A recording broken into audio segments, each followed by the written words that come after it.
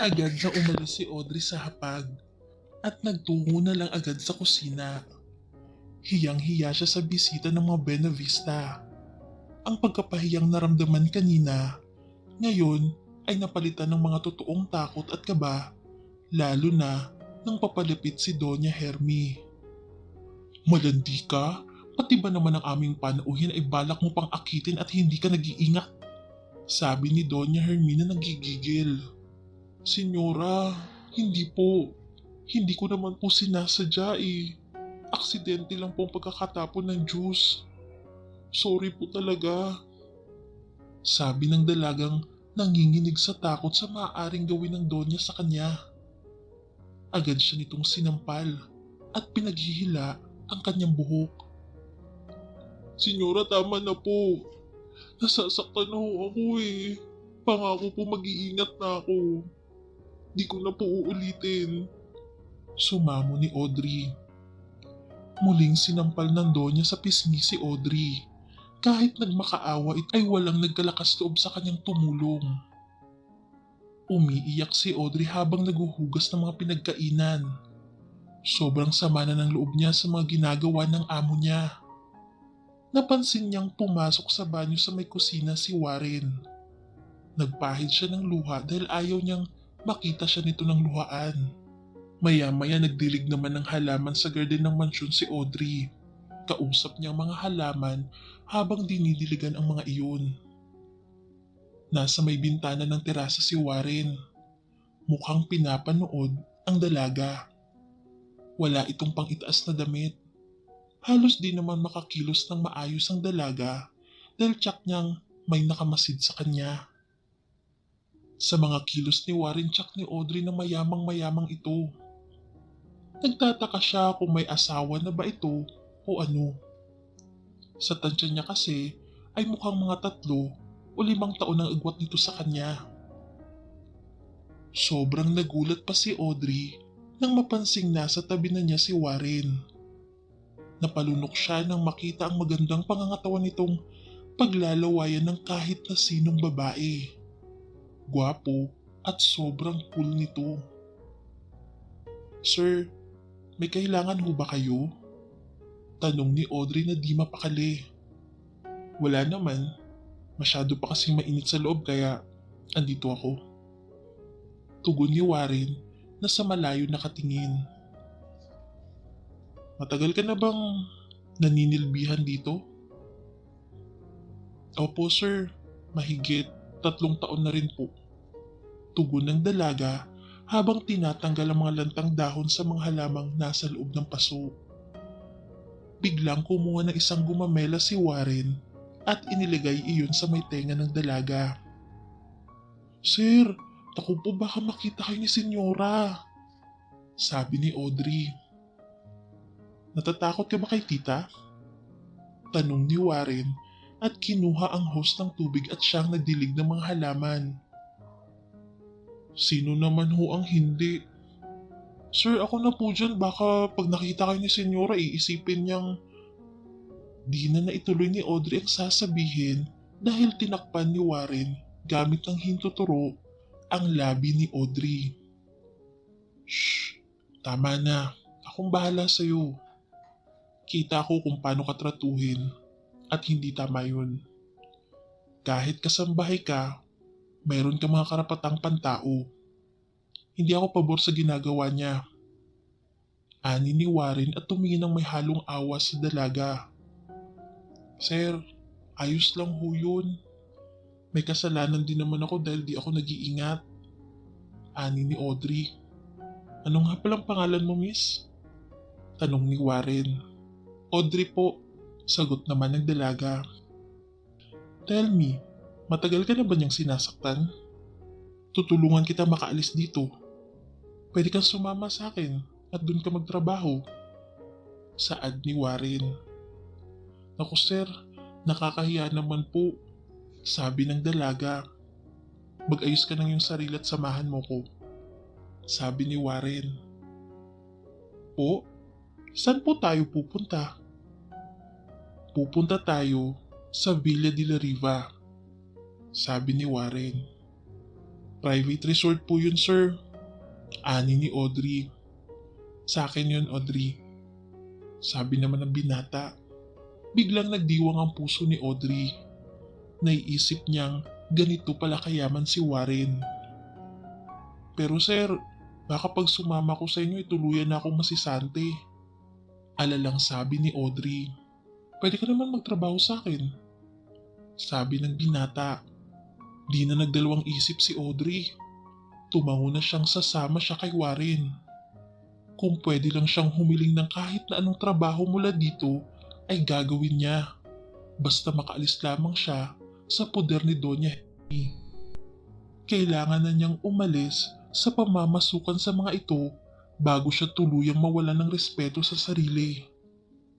Natutuwa siya dahil hindi lahat ng mayayaman ay katulad lang ni Doña Hermy. Mapagmataas, matapobre at mapang-api.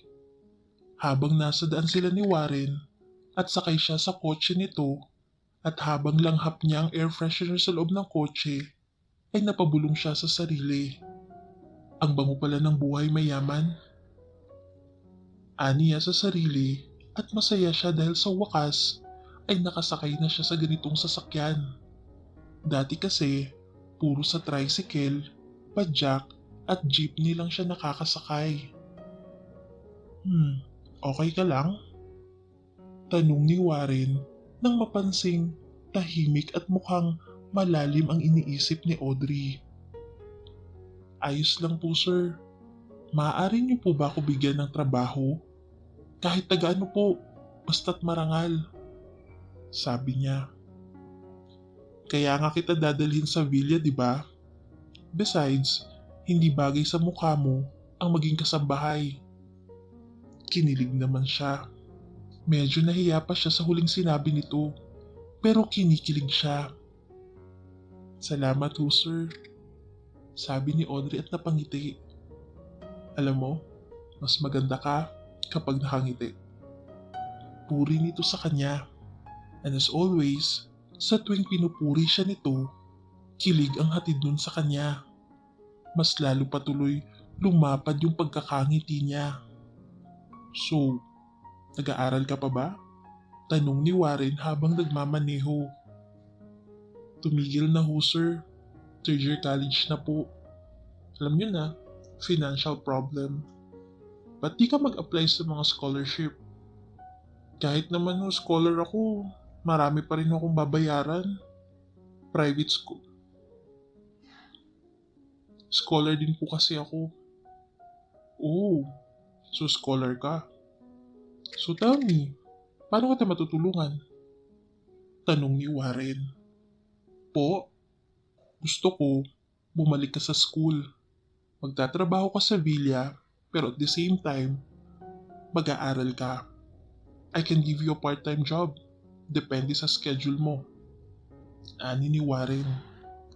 Ewan, ngunit mukhang di makapaniwala si Audrey. Sa ngayon ay isip na lang niya kung ano ang nasa likod ng kabaitan nito sa kanya. Kung bakit masyado itong mabait. Sir, kailangan ko ng full-time job. Marami ho akong pangangailangan eh. May dalawa pa akong kapatid na nag-aaral din.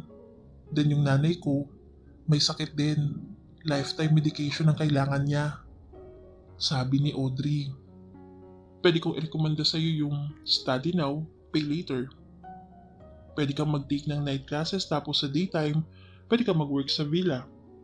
Sabi ni Warren. Natuwa si Audrey. Ang bait pala talaga ng binata. Tumango siya at labis-labis na nagpasalamat dito. Masyadong malaki ang villa. May mga apartels, cottages, at mga restaurants. May 2 hotel din sa bakuran nito. Akala niya kanina simpleng resort lang. Yun pala ay masyadong bongga. Inilibot siya ni Warren sa buong villa. Puno ng paghanga ang dalaga. So, how do you find it? Tanong ni Warren. Maganda. Tugon ni Audrey at nakangiti. Napangiti din si Warren. Hindi niya maiwasang tumingin sa magandang mukha nito. Napakaganda ni Audrey. He wanted to meet her very well. Gusto niya pang makilala to. Kinuha niya bilang isang waitress ng restaurant ng villa si Audrey. Wala namang nagawa si Doña Hermie nang tawagan siya ni Warren at sinabing hired niya na si Audrey. Ano ka ba, Warren? May 5 buwang utang pa sa akin ang babaeng yan. Ani ni Doña Hermie. Tita, ako na po ang magbabayad. Bakit mo ba tinutulungan yan? Sabi ng Donya. She deserves it, tita. Mukha naman siyang mabait. Sabi ni Warren. Looks can be deceiving, iho. Ani naman ng Donya. Wala naman ho yatang masama pag sinubukan ko siya. Sabi naman ni Warren. Social climber yan. Maging si Eric ay naakit niyan. Pagbi-brainwash ni Doña Hermes sa binata tungkol kay Audrey. I'll find it out, tita. Sabi ni Warren at agad na nag-hang up. Nagsimula na sa bagong trabaho niya si Audrey. She looks so beautiful sa navy blue miniskirt niya at long sleeve lace na white ang kulay at hapit sa katawan niya. Kitang-kita ang magandang kurbada ng pangangatawan nito. Siya na yata ang pinakamagandang waitress sa restaurante. Nung lunch break na, sino ba yung bagwang waitress na yan? Tanong ni Tricia sa coworker niya. Audrey Marasigan daw. Tugon naman ni Arthur. Masyadong epal kay Sir. Inis na sabi ni Tricia. Si Sir naman talagang nagpasok sa kanya dito. Ani ni Art. Baka naman, nagsa-something-something na sila. Sabi naman ni Aryan. Di hamak namang mas beauty ako sa kanya, no? Akin lang si Sir Warren. Saad ni Tricia at nakapamiwang pa ito. Hoy, managinip ka, sigaw ni Aryan sa kanya. Di ka type ni Sir. Tignan mo nga yung dibdib mo, parang bakla lang.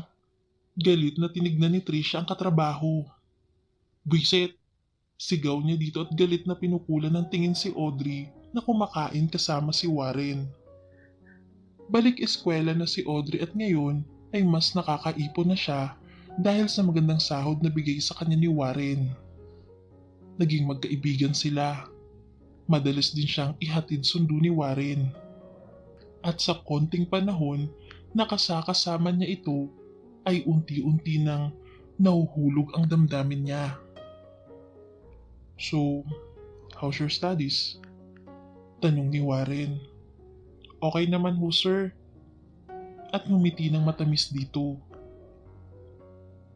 Audrey, pwede ba akong magtanong? Ano po yun, sir? Gusto mo ba si Eric? I mean, na-inlove ko ba sa kanya? Tanong nito. Nashock saglit si Audrey. Ewan kung ano ang motibo nito sa tanong. Never ho.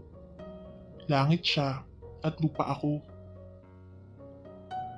Matiim siyang tinignan ni Warren sa mga mata and he's convinced with what she's saying.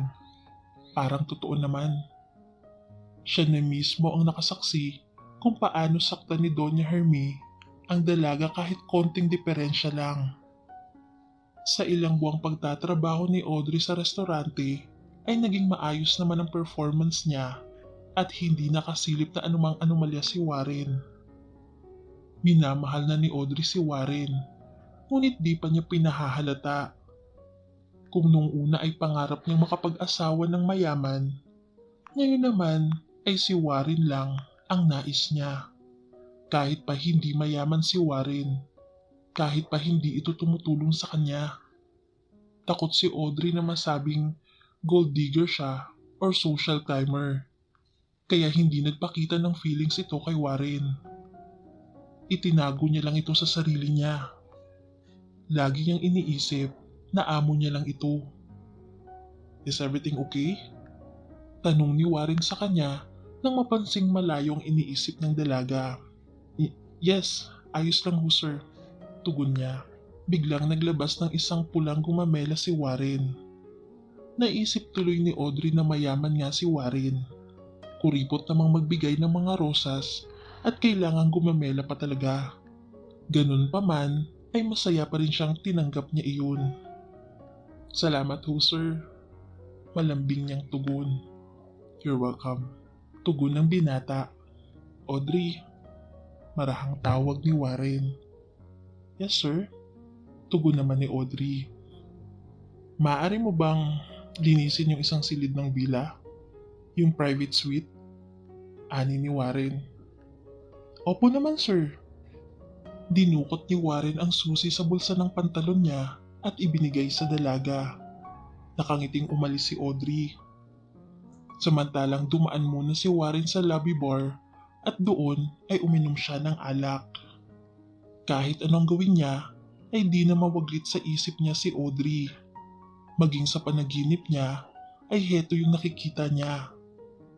Kaya he have to make a way para matiyak kung dapat nga ba niyang patulan ang dalaga o hindi. Nang makapasok si Audrey sa loob ng private suite, nakita niyang masyadong makalat ang buong silid.